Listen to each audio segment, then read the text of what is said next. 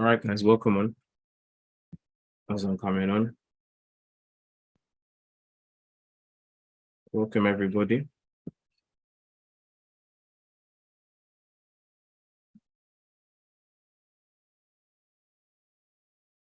Let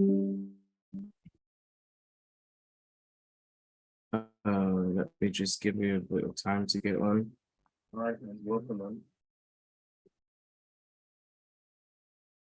All right, you might hear me and myself twice because the live always loads up. Now we've got about 30 or 29 minutes left until the volatility in the market's about to change. So I'd advise you all to be prepared. Okay.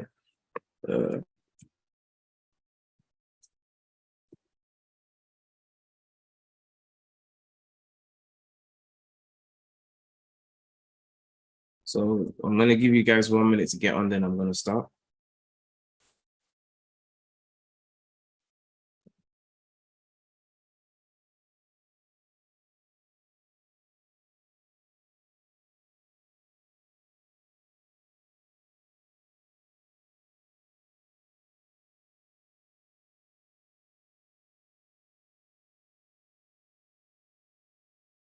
So jump on, guys. Welcome as you're coming on. I've got my fan at the back. If you guys can't hear me that well because of the fan, please tell me and I'll turn it off.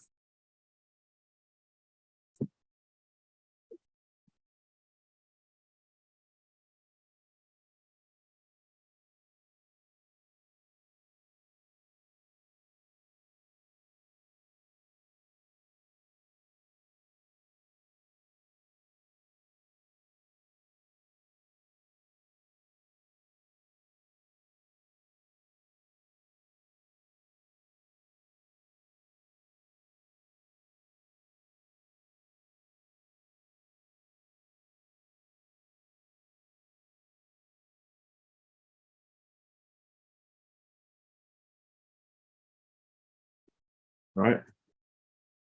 So welcome, guys, one more time. I'm just giving you one more minute.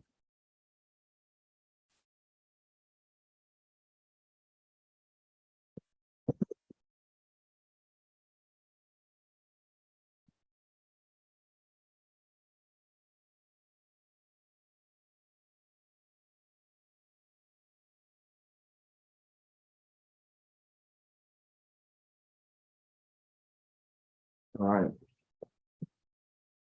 So this is let me see how the live is doing. Okay, I see 2 of you watching now.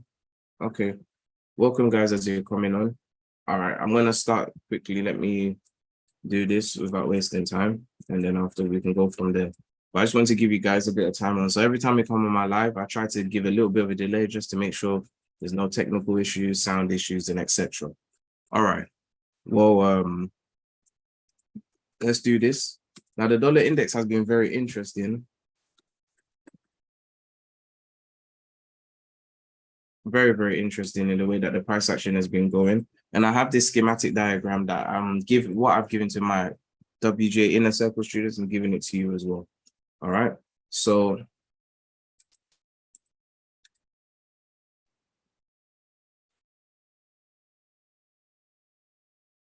let's post that out. So I was just writing up a comment piece as well whilst I was doing this, and I'll share the analysis I gave. So the dollar index has been kind of interesting. It's been pushing long and then pushing short.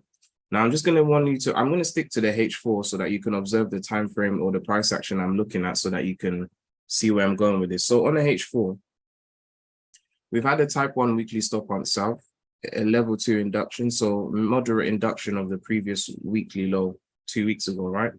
We had the break of market structure here. So when the price broke structure here, I've taught you this term already. All right, it's probably a well-known term by now. I hope it is anyway. But whenever a new liquidity steps into the market, there's a distribution effect, okay?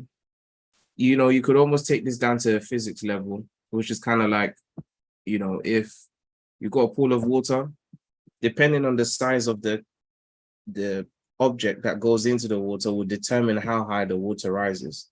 And so when a big player comes into the market or a group of big players step into a certain price range, the effect of it, for example, in this case for buying, if they step into buy, you'll see that effect in the form of very strong and very consistent one-way direction candles. So in this case, I use blue and red candles to represent supply and demand. Some of you may use white and black.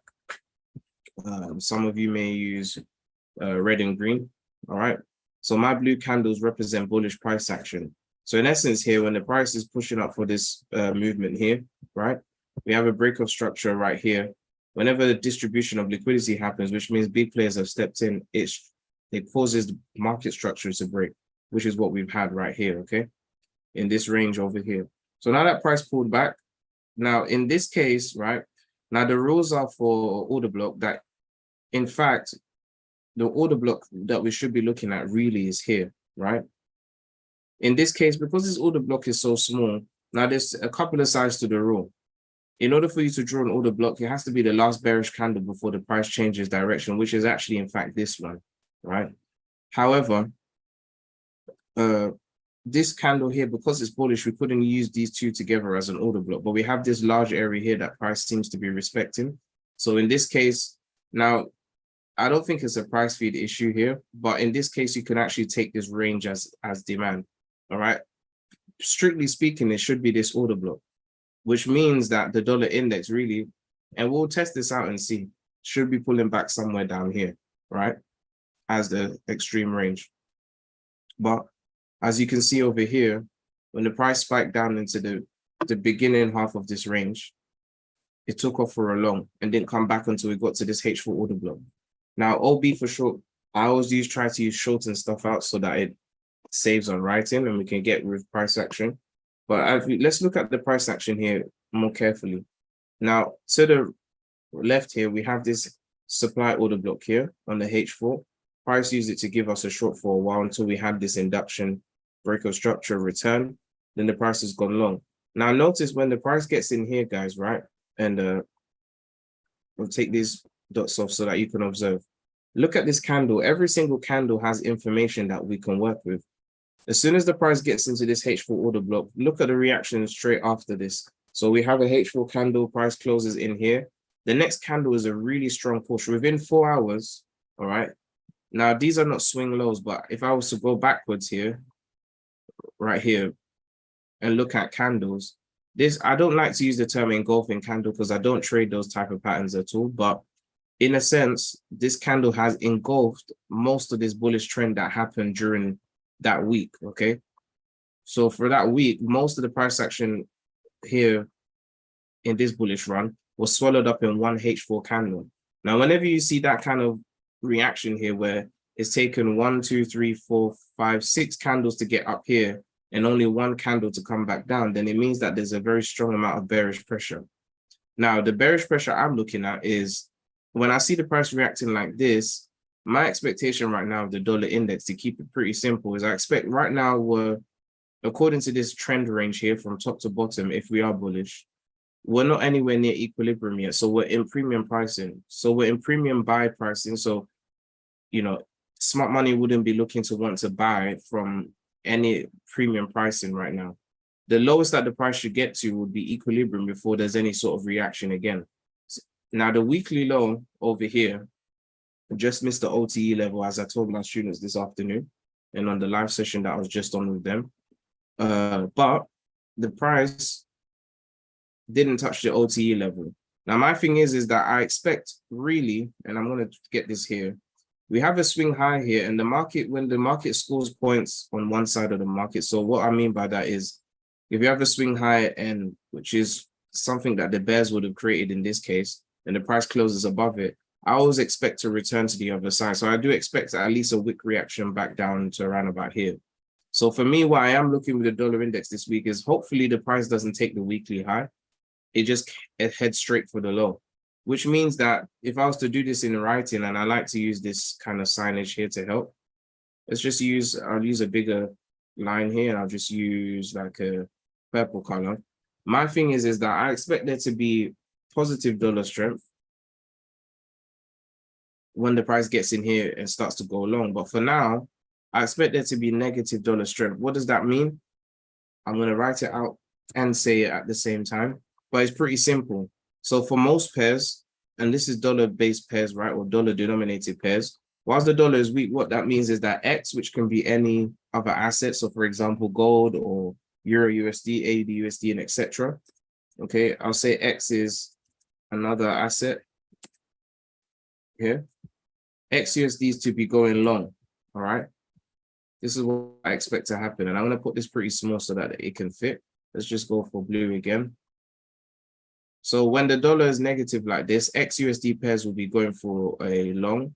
And that means that USDX, so where the US dollar is the base currency and the X would be the quote currency, should be going short, okay, which will represent weakness in the dollar, okay, short. So this is the bias intraday or daily bias at the moment if you want to create one. Now, you don't need the daily bias to actually trade, but this is if you want to, the range I'm looking at is more of a weekly range, so intraday kind of basis, right? Now, because we're in the first week of this, well, first proper trading week of this month, this Friday, we will have NFPs. So the whole market week is going to be a funny week. Let's just be real with ourselves. We know that already, all right, without having to be said. Now, on the other side of the story here, to finish this off, when the dollar index gains strength, if it gets in here and starts to push for a second long here, which is what the expectation is for me so far. Now, again, if the body of the candle closes beneath this H4 order block down here, beneath this low, then of course, the direction will change and we should be continuing going short to lower targets, which is a possibility as well. But if the dollar does gain strength over here, then what we'll have is that XUSD pairs will be going short, right? First. And here, this is the first part. And then the second part here, if I just grab this and copy and paste it over here, what we'll have is that we'll have USD X pairs. So stuff like USD CHF, for example, USD JPY going long. All right. So this is why I like to frame my price action. This is what we call intermarket analysis. And as a Forex trader, there's two markets that are important to always remember. All right. The bonds market, which is the market of government bonds or debt market. All right, is important. So stuff like US Treasury, the 10-year, the 30-year, those kind of Treasury bonds help you to understand what's going on. Okay, when the US Treasury notes are the price is dropping or going up, it has an effect on the strength of the dollar also. Okay, so that's something to pay attention to as well. All right, so this is intermarket market analysis, and the great thing is, which is why if you're a new trader and you're looking for somewhere to start, I always say that the best thing you can do as a new trader is to stick to major pairs. And even as a professional trader, I don't see really the reason. Now, for me, my style of trading is my main focus week on, week out is to look at major pairs. Now, the major pairs are these right here. So I'm going to quickly go over here. So Euro USD, AUD USD, USD JPY, NZ USD, Pound USD, USD CHF, and USD CAD. Those are my main kind of things I aim to go for, right? And then after that, if there's nothing going on, there's no movement whatsoever on dollar pairs, then I look at cross pairs to see if there's any setups that I can grab for the day. All right, that's really my style of doing things, and it works for me pretty well. So I have my major focus and I have my fail safe. Now, the reason why I do that is because, of course, let's just be realistic. Trading is a business that you want to come to make money. Now, if your major normal pairs you resort to don't work out, or there's clearly no volatility on there, it doesn't pairs don't have any situation going on. Now, for most Forex traders, I guess some of you would venture into indexes, so US 30 and probably into gold as well. And you might get some opportunities there. Now, if there's nothing at all going on, then you leave it alone. But this is kind of like my kind of situation every day. I'm looking at the crosses, I have my setups, my markings. If they haven't triggered yet, then I look at crosses, minor pairs as we call it. So the pound Japanese yens, you know, Euro CHF or something, and check to see if there's anything on those, any setups that I can take even as a day trade setup or intraday. And I take those, you know, that's my style. And I think it works out pretty well. We've been doing it for years now. It works out the best because it's a situation where you have freedom to kind of move around the markets and not be too tied up. You're not trading everything you see because you have your main setup, but at the same time, you set yourself in a position where, you know, you have good opportunities to grab pairs. Now, as I'm talking, you can see here that the dollar index is really pushing up pretty strongly.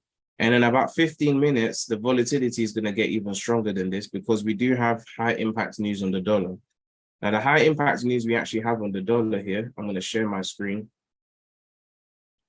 I almost forgot how to share my screen for a minute. All right, here we go. So if I share the screen really quickly, let's go over here. All right, so looking at what the price is doing here, we do have the PMI news here in 14 minutes. Now, the manufacturing news, now the ISM, there's different types of PMIs that come out from different institutes.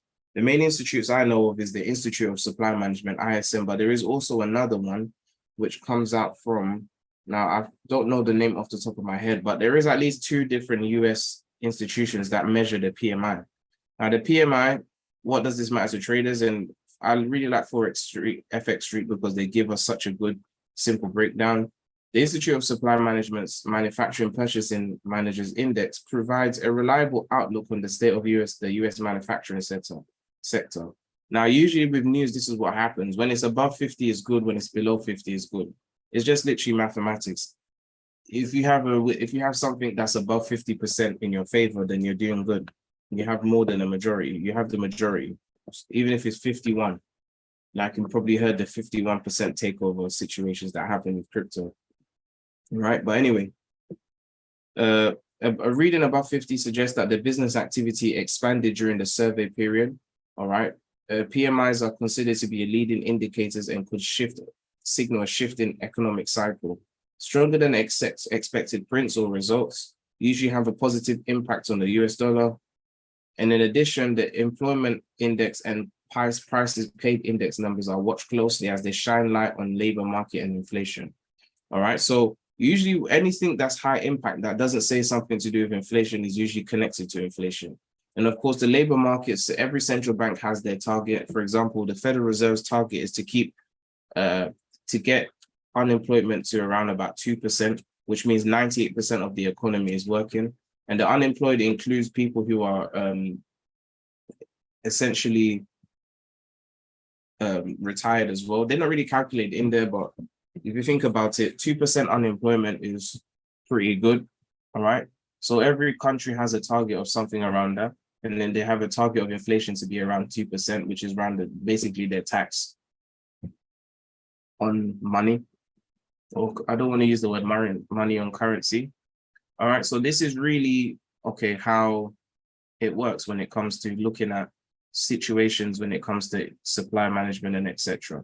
So my thing is, when it comes to this piece of news, if it does come out to be worse than expected or better than expected, now looking at the dollar going short, I'm guessing that it's probably going to be one of those results that's probably worse than expected, but not probably worse than the previous.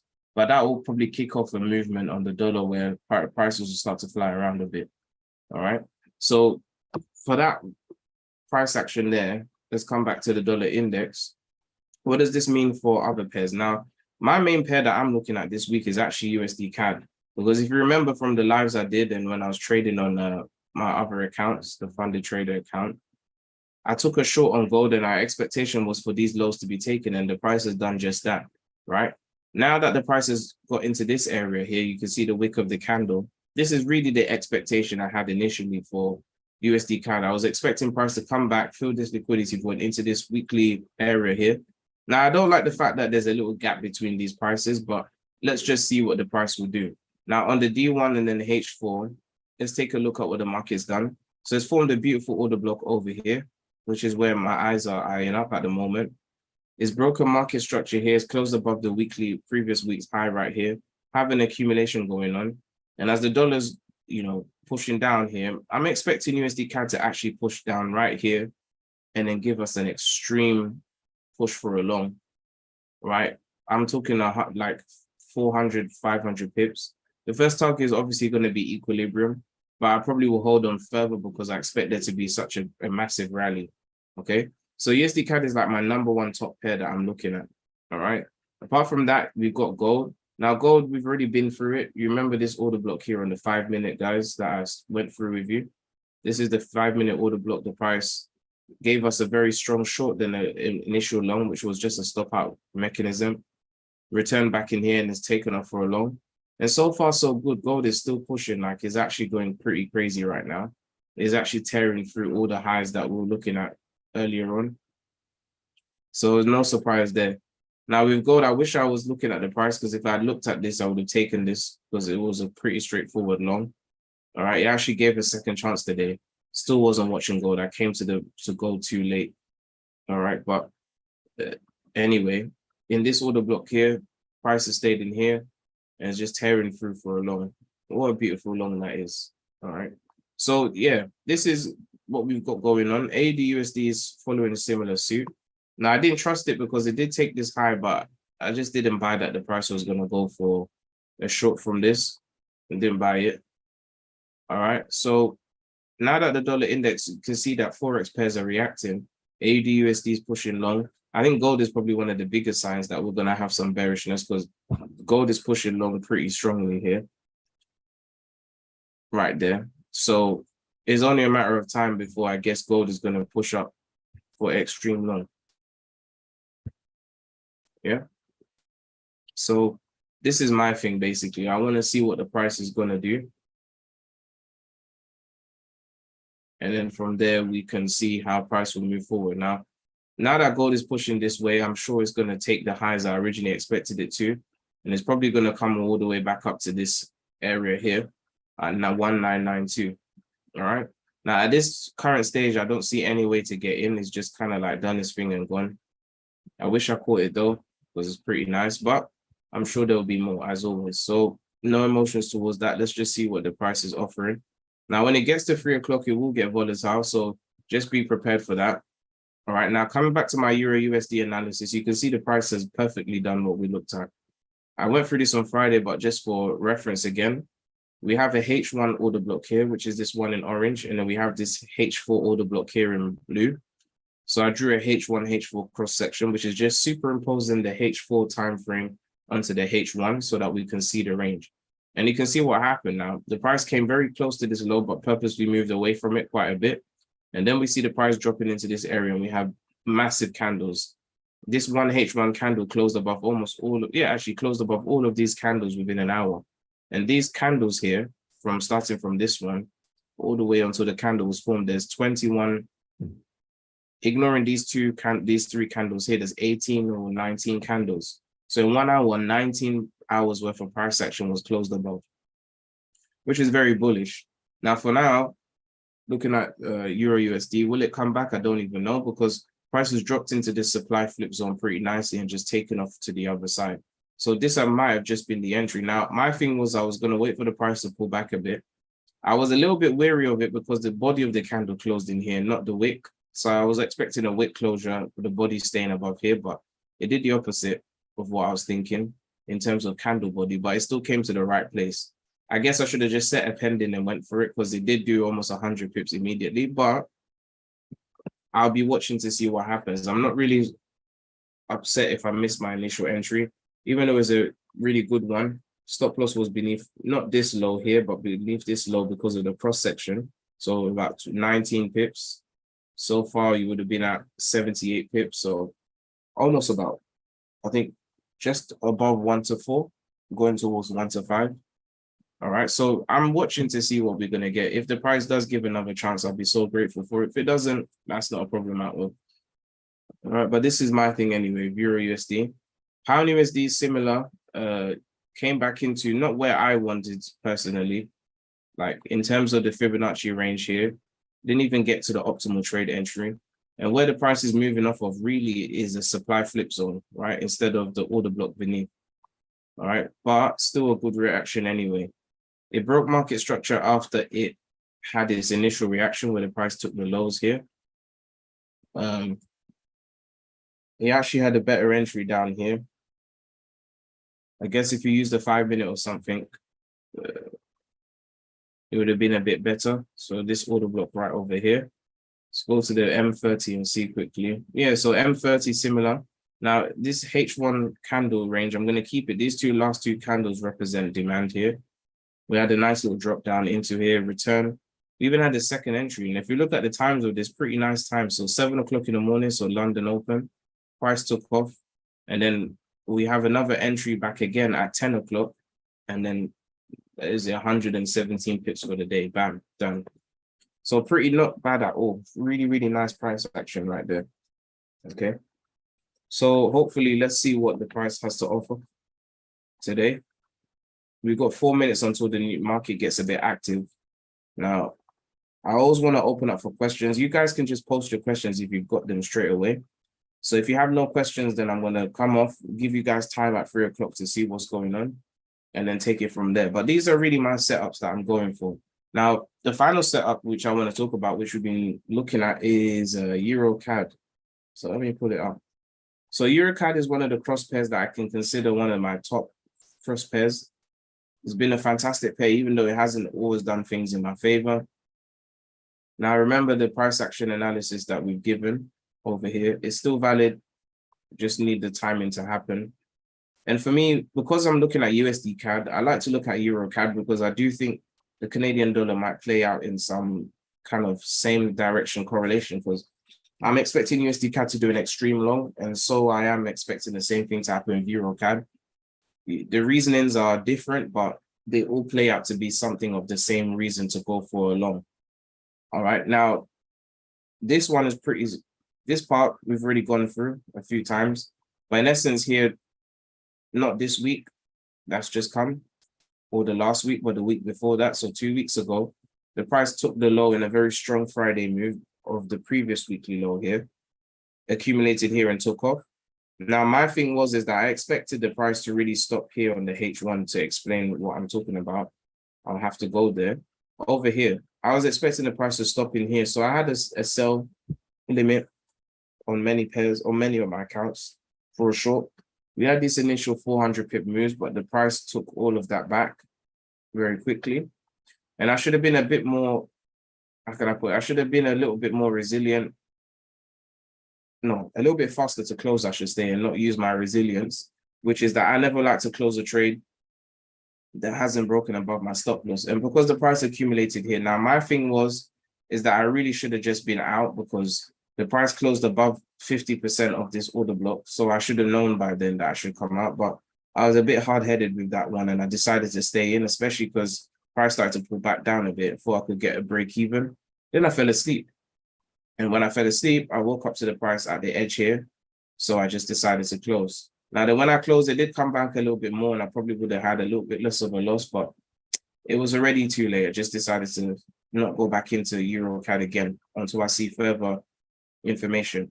Now, from that moment here, this is what Euro CAD did. So Euro CAD took the weekly high of where I was looking to sell from or just beneath. And it also came for this weekly high too. Now, Euro CAD has a clear unfulfilled deficiency on the upside. And my thought was that, okay, maybe the price might go and fill this on the upside before coming short. Okay, because this short needs to be the launching pad for a major long. And the major long is really because now on my other chart here, and I probably will post this, I am going to do another video, but just very quickly on the monthly time frame, Euro CAD is heavily bearish, right? We've had the OTE reaction here. The major play spot for supply liquidity at the moment is over here. Now, for those of you who have seen my IC Markets account, you know that there's a liquidity gap in this range here that needs to be filled, that has been left behind, okay, since 2012. And I know the price will fill it out. So anyway, what I'm looking for with Euro CAD is for it to take out these last set of highs we have. Highs. They look like it was on a monthly, but they're really just relative equal highs, right?